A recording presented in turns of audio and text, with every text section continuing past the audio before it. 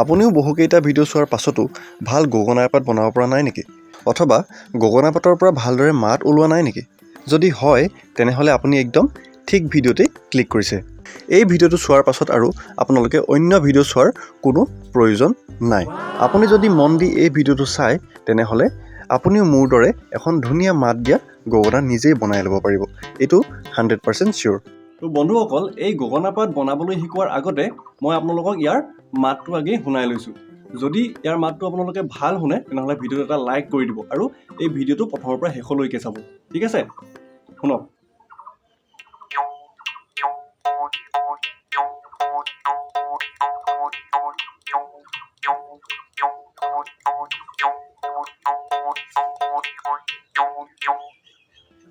শুনিলেনে?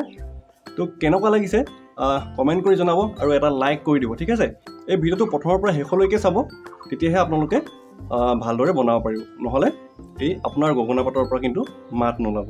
ঠিক আছে, ভিডিঅ'টোলৈ আগবঢ়াৰ আগতে আমাৰ চেনেলটো ছাবস্ক্ৰাইব কৰি দিব আৰু কাষত থকা বেল আইকনটো দবাই অল কৰি দিব, যাতে আমাৰ প্ৰতিটো ভিডিঅ'ৰ ন'টিফিকেশ্যন আপোনালৈ আটাইতকৈ আগিয়ে যায়। ঠিক আছে, ব'লক এই গগনা পাত আমি বনাবলৈ আৰম্ভ কৰোঁ। বন্ধুসকল, ভাল মাত ওলোৱা গগনা এপাত যদি আপোনাৰ বনাব লগা হয় তেনেহ'লে এই বস্তুকেইটাৰ খুবেই প্ৰয়োজন হ'ব।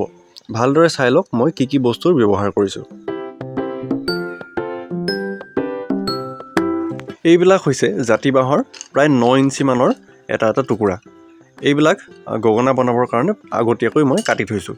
তাৰ মাজৰে পৰা এডাল লৈ মই ধুনীয়াকৈ চিজ পেপাৰৰ সহায়ত পাছফালে যিবিলাক লেতেৰা লাগি আছিল সেইবিলাক চাফা কৰি লৈছোঁ।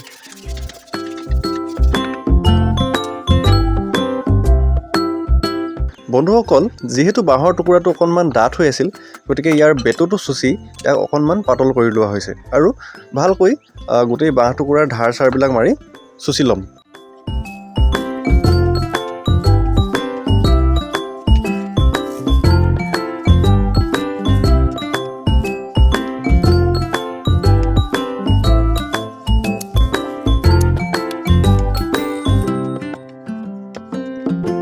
এয়া চাওক কি ধৰণে আমি ইয়াক অলপমান পাতল কৰি ল'লোঁ।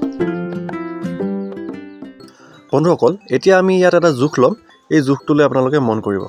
প্ৰথমে আমি এআঙুল ল'লোঁ, তাৰপাছত 2 আঙুল আৰু এতিয়া 3 আঙুলত এনেকৈ কাঠ পেঞ্চিলৰ সহায়ত এটা এটা দাগ দি লৈছোঁ। ঠিক আছে, এতিয়া 3 নম্বৰ আঙুলটো আমি যিটো দাগ ল'লোঁ তাৰ পিছফালেও আমি এডাল আঁচ টানিব লাগিব। ঠিক আছে, প্ৰথমৰ দুটা নালাগে, পিছৰটোত এনেদৰে আঁচ টানিব লাগিব।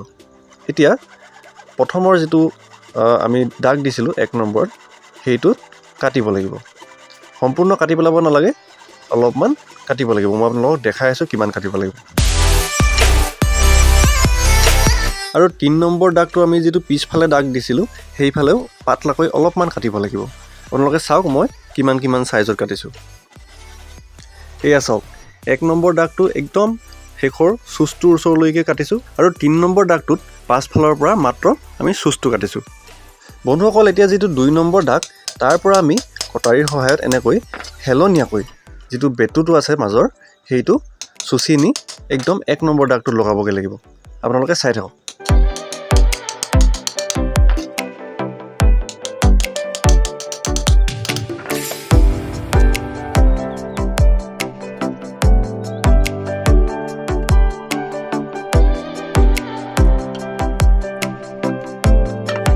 বন্ধুসকল, এইটো কিন্তু খুব ইম্পৰ্টেণ্ট। এইটো মই কিমান পাতল কৰিছোঁ আপোনালোকে চাওক ভালদৰে। বন্ধুসকল, এতিয়া আমি ইয়াত 2টা দাগ দিব লাগিব। এনেদৰে দিব লাগিব যাতে ধুনীয়াকৈ সমানকৈ 3 চটি ওলাই পৰে। দেখিছে নহয়, 3 চটি সমানকৈ ওলাই পৰিছে। এতিয়া সেই দাগ দুটাত আমি এটা গজালৰ সহায়ত ইয়াক মাজতে ফালিবলৈ চেষ্টা কৰিছোঁ। কিন্তু চাব যাতে গোটেই গজালটো যাতে সোমাই নাযায়, মাত্ৰ আগটো সোমাই মাজতে অলপমান আমি ফাট মেলাম, যাতে গোটেইটো ফাটি এৰাই নাযায়, সেইটো আমি লক্ষ্য কৰিব লাগিব।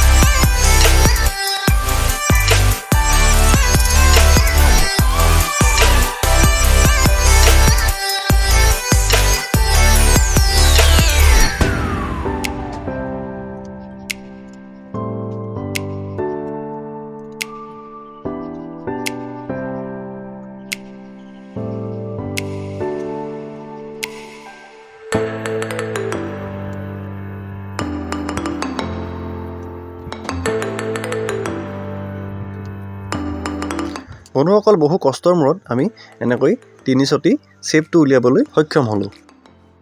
কিন্তু অকল শ্বেপটো উলিয়ালেইতো নহ'ব, গতিকে এতিয়া আমি বেলেগ এটা যোগাৰ লগাব লাগিব আৰু সেইটো হৈছে এনেকৈ অকণমান ভাগ কৰি এখন ভঙা হেকচু ব্লেডৰ সহায়ত আমি অলপমান কাটি কাটি গোটেই ফাগটো উলিয়াব লাগিব যাতে 3টা চটি ওলাই পৰে।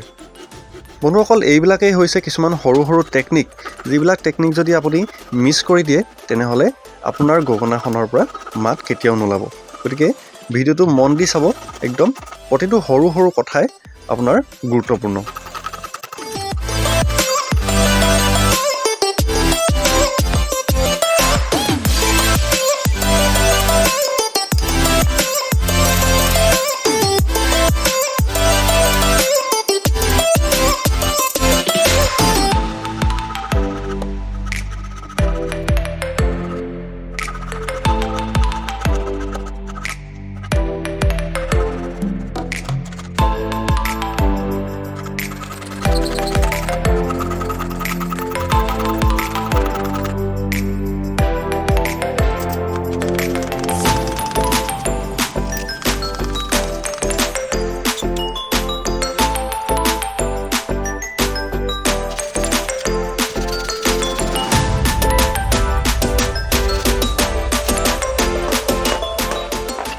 তো বন্ধুসকল ফাইনেলি আমাৰ গগনা পাতৰ যিখন জিভা সেইখন আমি উলিয়াবলৈ সক্ষম হ'লোঁ। এতিয়া এই জিভা পাতেই মেইন। ইয়াৰ এই জিভা পাতক আমি যিদৰে শ্বেপ দিওঁ তেনেকুৱা ধৰণৰে ই মাত দিব। এতিয়া আমি ভাল মাত উলিয়াবলৈ হ'লে ইয়াৰ জিভাখনকো এটা ধুনীয়া শ্বেপ দিব লাগিব, যিটো মই আপোনালোকক এতিয়া ভালদৰে শিকাম। গতিকে আপোনালোকে একদম মন দি ভিডিঅ'টো চাই থাকক।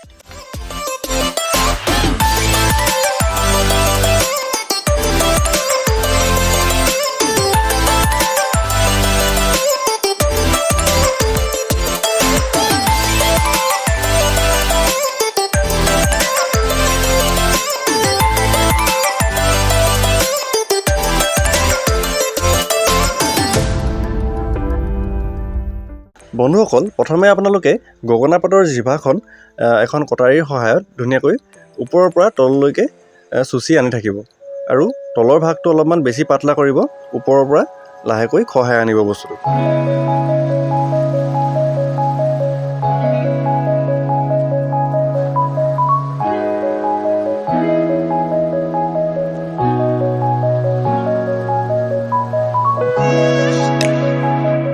এতিয়া ছাইডকেইটাতো তেনেকুৱা কৰিব লাগিব। ক্ৰমান্বয়ে আমি ওপৰৰ পৰা তললৈ জিভাখন জোঙা কৰি আনিব লাগিব। আপোনালোকে চাওক কিদৰে কৰিছোঁ মই। দুইটা ছাইড আমি একেধৰণেই চুচি অলপমান জোঙা কৰিব লাগিব। বন্ধুসকল এই পাৰ্টটো খুব বেছি ইম্পৰ্টেণ্ট হয়, গতিকে আপোনালোকে অলপমান মন দি চাওক এইডোখৰ।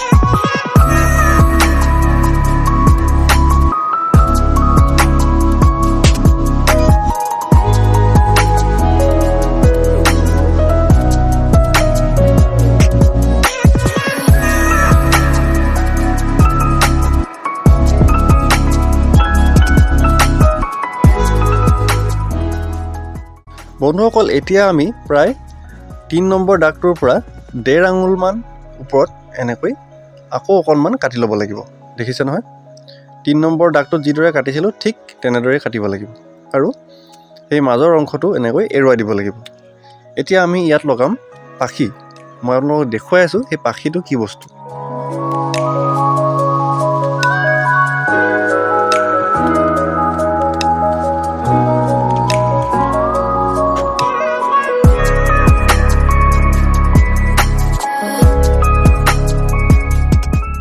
বন্ধুসকল এতিয়া পাখিকেইটাৰ আগটোৰ সৈতে সোমাবৰ কাৰণে আমি ইয়াত অকণমান এনেকৈ কাট লগাব লাগিব। চাওকচোন আপোনালোকে। এতিয়া পাখি মানে মই কোনো চৰাইৰ পাখিৰ কথা কোৱা নাই, যিটো পাখিৰ কথা কৈছোঁ সেইটো আমি এই বাঁহৰ টুকুৰাটোৰ পৰাই বনাম। এনেকৈ পাতলকৈ এচিটি আমাক বাঁহ লাগিব আৰু তাক আমি এই ধৰণেৰে আগটো সৈতে অলপমান পাতল কৰি ল'ম যাতে আমি যিটো ফাক কৰিছিলোঁ তাত সেইটো যাতে ধুনীয়াকৈ সোমাই পৰে। এয়া চাওক দুইফালে অকণমান সোমাই থাকিব আৰু তাৰ কাৰণে আমি অকণমান বেছিকৈ এই টুকুৰা দুটা ল'ব লাগিব।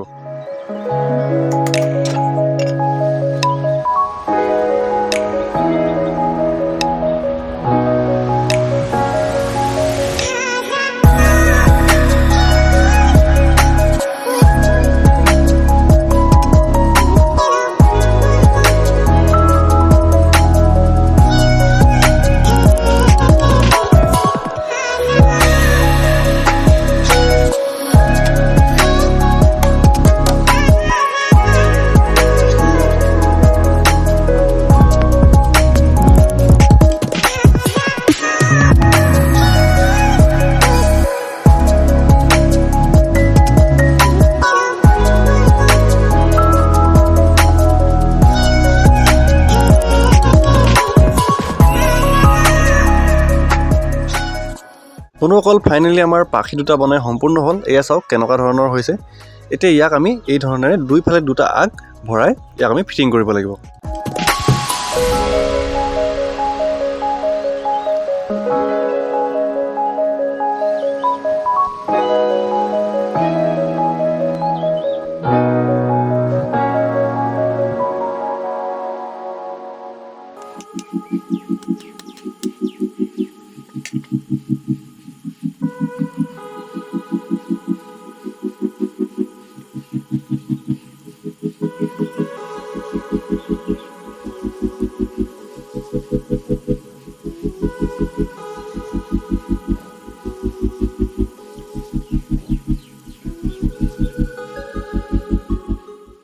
বন্ধুসকল এতিয়া আপোনালোকে যদি ইয়াত মন দিয়ে তেতিয়াহ'লে দেখিব যে মই কিদৰে অকণমান ইয়াত গেপ ৰাখিছোঁ যাতে মাজৰ এই জিভাটো এই ছাইডৰ পাখি দুটাত টাচ নহয়। যদি হয় তেনেহ'লে মাত ভালদৰে নোলাব। আপোনালোকে সেই বস্তুটো অকণমান মন দিব।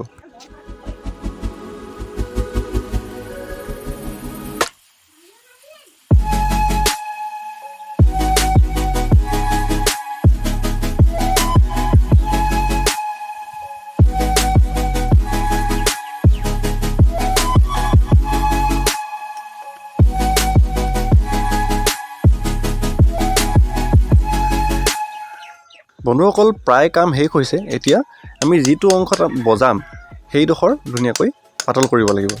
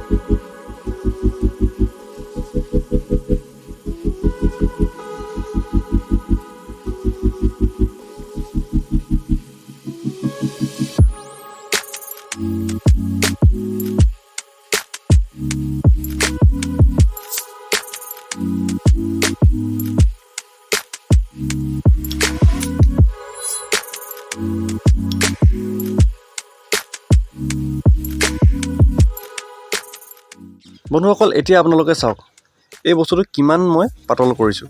এই মাজৰ অংশটো যিমান পাতল হৈছে ইয়াৰ বজোৱা অংশটো সিমানেই পাতল হৈছে। নিশ্চয় আপোনালোকে দেখিব পাৰিছে।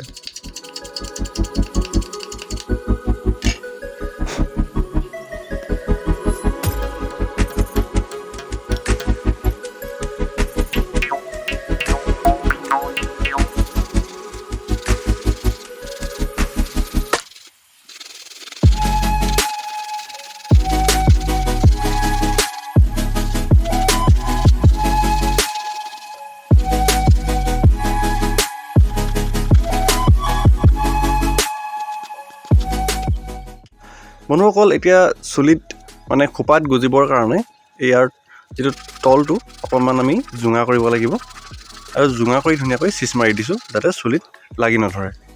বন্ধুসকল এতিয়া একেবাৰে শেষত ইয়াক জুইত এনেকৈ পুৰি লৈছোঁ যাতে ইয়াত লাগি থকা যিবিলাক আঁহ এইবিলাক সৰু সৰু আঁহবিলাক থাকিলে মাতটো ভালকৈ নাহে সেইবিলাক পুৰি দিলে মাতটো ধুনীয়াকৈ আহিব ঠিক আছে শেষত মই পুনৰ এবাৰ আপোনালোকক বজাই দেখুৱাম আপোনালোকে শুনিব কিন্তু তাৰ আগতে আপোনালোকে মোক কমেণ্ট কৰি জনাওক যে মই আপোনালোকক যি ধৰণেৰে বস্তুখিনি বুজালোঁ আপোনালোকে সেইটো ভালদৰে বুজি পালে নে নাই যদি বুজি নাই পোৱা মোক কমেণ্ট কৰি জনাব মই আপোনালোকক আকৌ এবাৰ বুজাবলৈ চেষ্টা কৰিম আৰু লগতে দেখিবলৈ কেনেকুৱা হৈছে সেইটোও কমেণ্ট কৰি জনাব